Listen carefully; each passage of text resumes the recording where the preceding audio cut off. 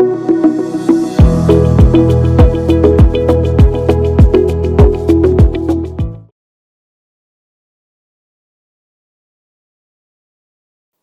வணக்கம். உலக தமிழ் அறிவாளிகளே, சித்தர்களின் அருளால் நலமுடன் பல்லாண்டு வாழ்வோம். டாக்டர்ஸ் நேரம்.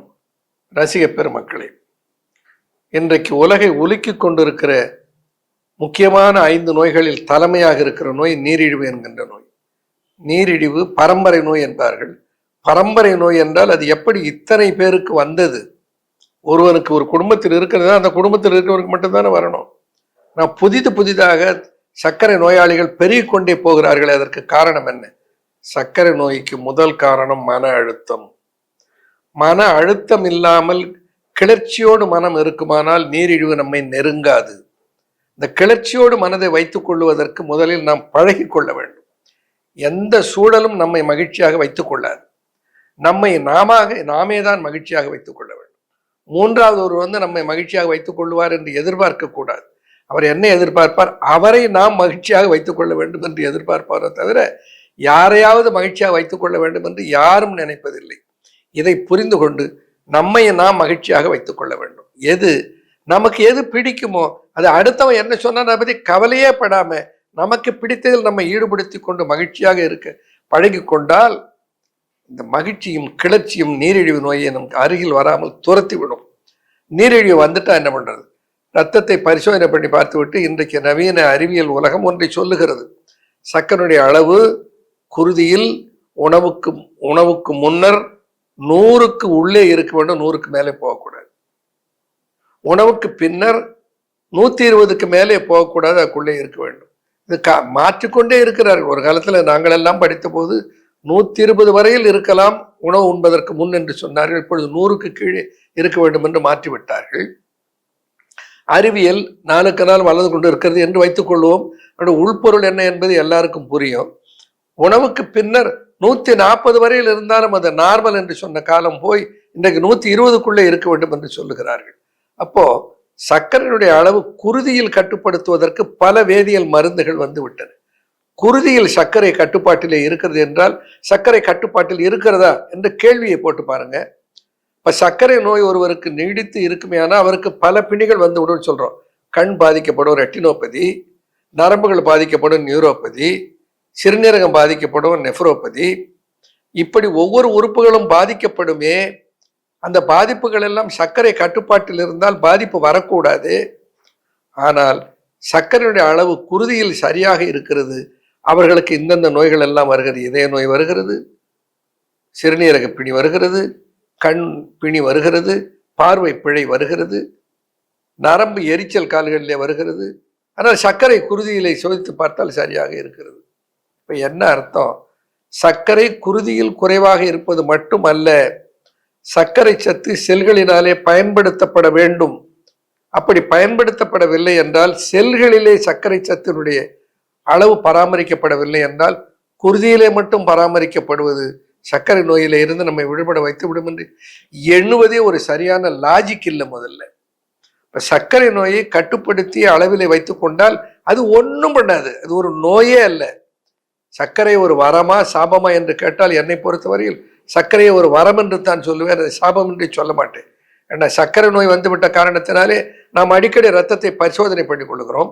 ரத்த பரிசோதனை செய்கிற போது சர்க்கரையுடைய அளவை மட்டும் பார்ப்பதில்லை, கொழுப்பினுடைய அளவு எப்படி இருக்கிறது, சிறுநீரக செயல்பாடு எப்படி இருக்கிறது, நுரையீரலுடைய செயல்பாடு எப்படி இருக்கிறது, கல்லீரலுடைய செயல்பாடு எப்படி இருக்கிறது என்றெல்லாம் பார்த்து கொள்றோம் இல்லையா?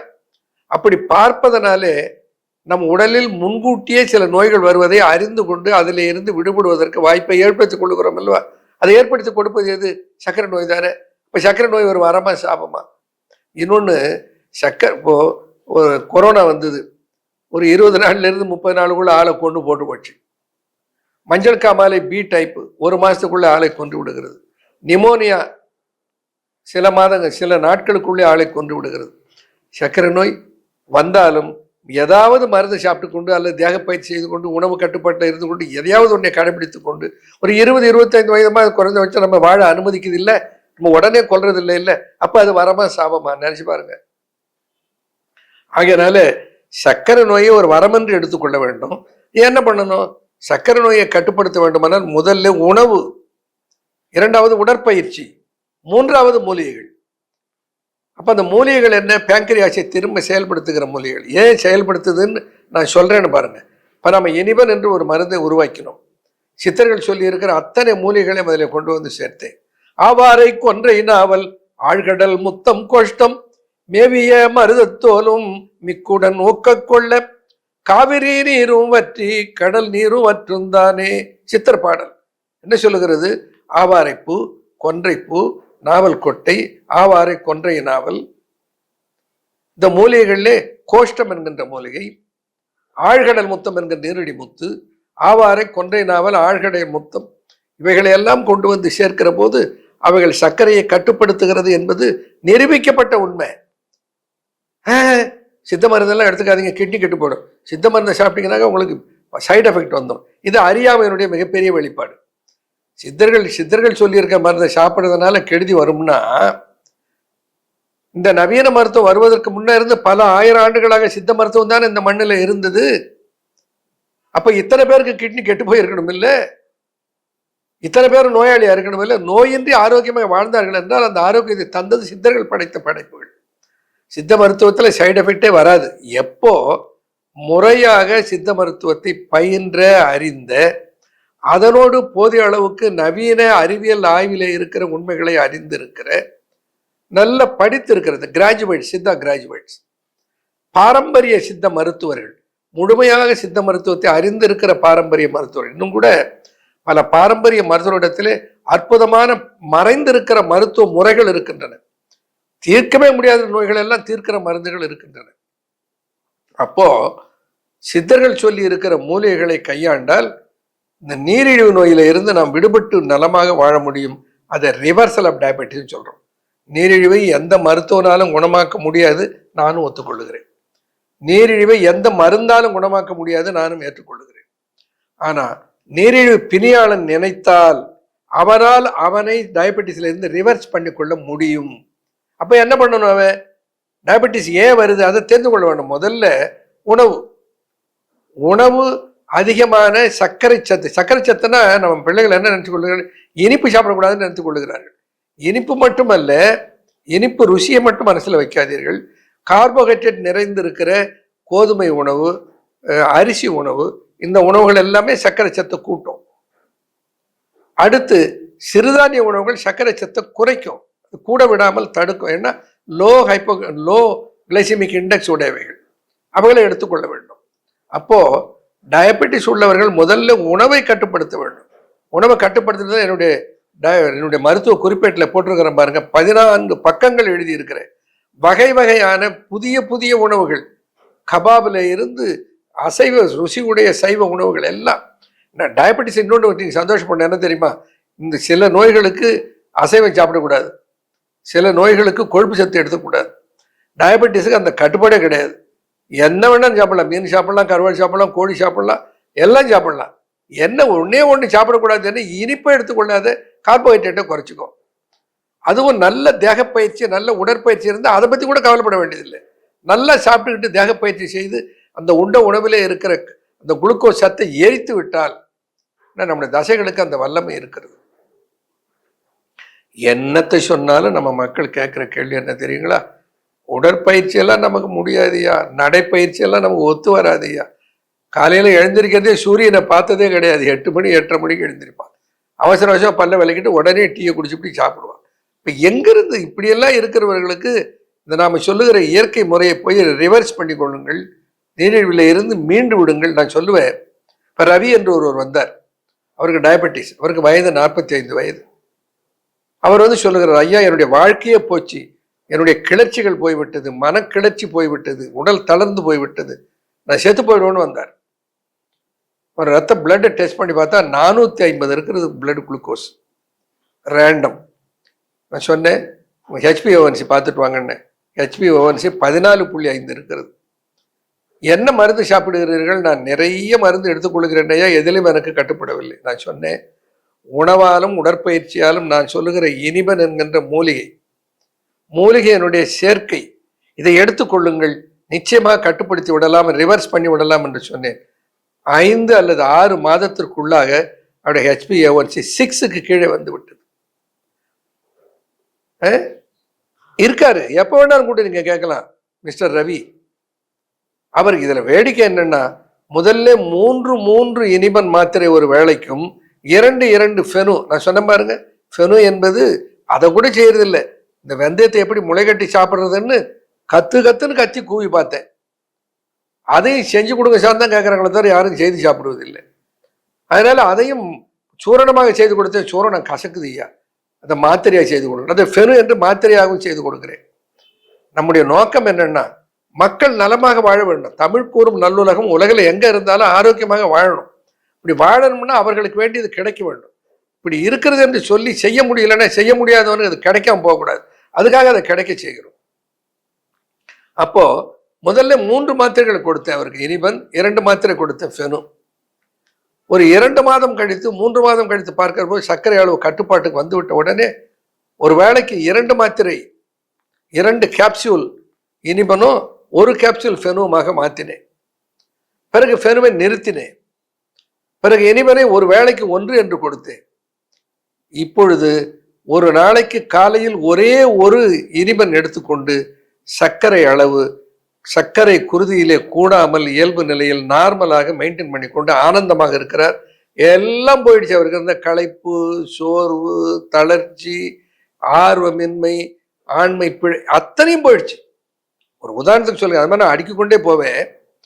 இப்ப சர்க்கரை நோயினாலே வருகிற பல வகையான சைடு எஃபெக்ட்ஸ் சொல்றோம் இல்லையா, அந்த சைடு எஃபெக்ட்ஸ் எல்லாம் சரி பண்ணுகிற ஆற்றல் இந்த சர்க்கரை நோய்க்கு சித்தர்கள் சொல்லி இருக்கிற மூலிகைகள்னாலே முடியும்.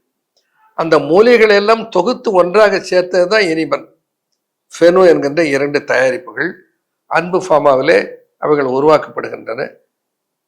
எனர்ஜி ஃபுட்ஸ் என்கின்ற நிறுவனத்திலே அவைகள் டயட்டரி சப்ளிமெண்டாக தயாரிக்கப்படுகின்றன. இவைகள் எல்லாம் சர்க்கரையை கட்டுப்படுத்துவது மட்டுமல்ல, சர்க்கரை சத்தினாலே வருகிற கெடுதிகளையும் இல்லாமல் தடுக்கிற ஆற்றல் பெற்றவைகள். இந்த ஆண்மை சரிவு அதை வராமல் தடுக்கும்.